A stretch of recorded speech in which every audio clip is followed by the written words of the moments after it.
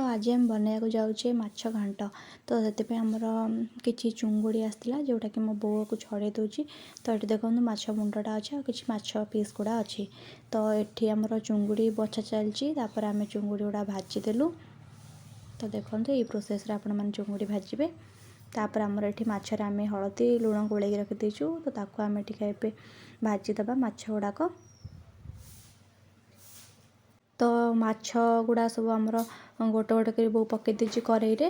तो माछ भजा चलछि।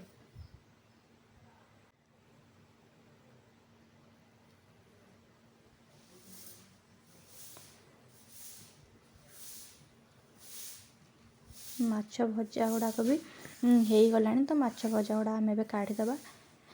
तापर आम जो माछ मुंडटा उठला तो ताको आम ए पकेबा।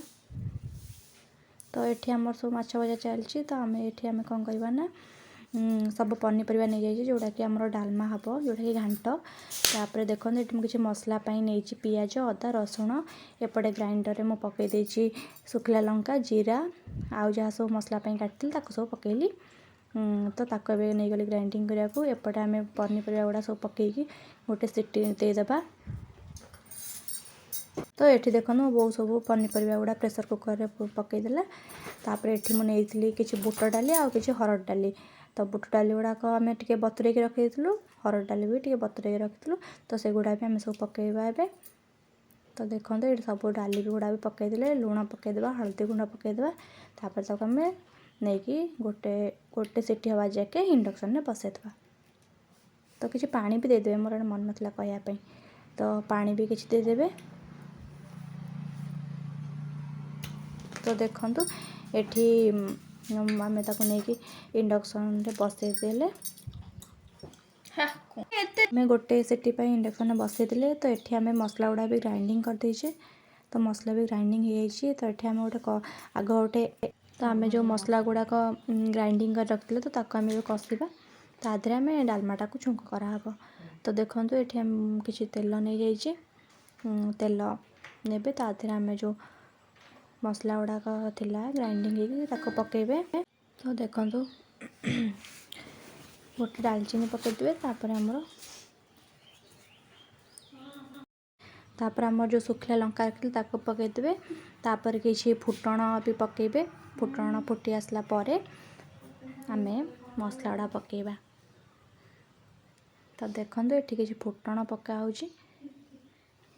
तापर आम कौन करवा ना जो आम ग्राइंडिंग करके जो मसला रखी तो से मसला गुड़ाक आम से पकईबा। तो देखो तो मसला भी पकईदबा।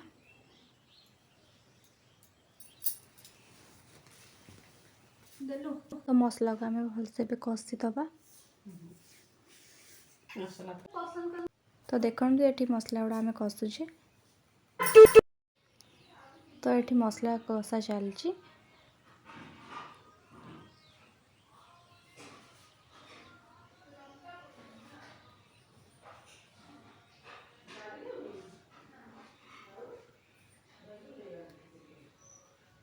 तापर आम कौन करवा ना जो माछ को रखी भाजिकी तो माछ को पकेबा। तो ये गोटा मुंडा पड़ जाइए तो ताको आम मसला धीरे कषिदबा।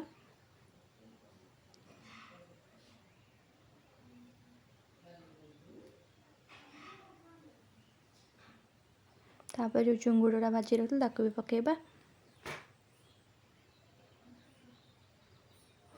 तो ये आमर कषा हो गलानी भलसे। तो आम कौन करवा ना जो डालमा गुड़ा सिझे रखी तो ताको आम पकईदबा।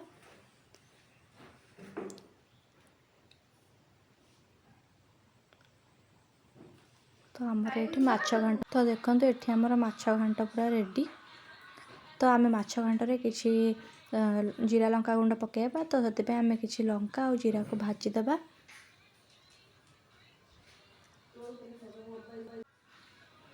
तो ये आम किसी शुखला लंका नहींजे तापर किसी जीरा नबा ताको भाजीदबा। तो देखो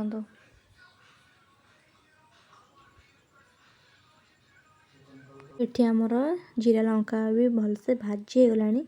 तो ताको आम कौन करवा ना ग्राइंडिंग करदबा। ग्राइंडिंग कर सारा पर आम जो डालमा हो रही तो तादे आम पकेबा। तो देखो जीरा लंका गुंड आम ग्राइंडिंग करदे आम एगुड़ा पकईदे डालमा देहरे तापर किसी धनिया पत्र पकईदेवा। तो ये आमर हो गला माछ घांट। तो जदि आपण मानक वीडियोटी भल लगी ताले मो चैनल को लाइक करदे, शेयर करदे, सब्सक्राइब करदे। Thank you.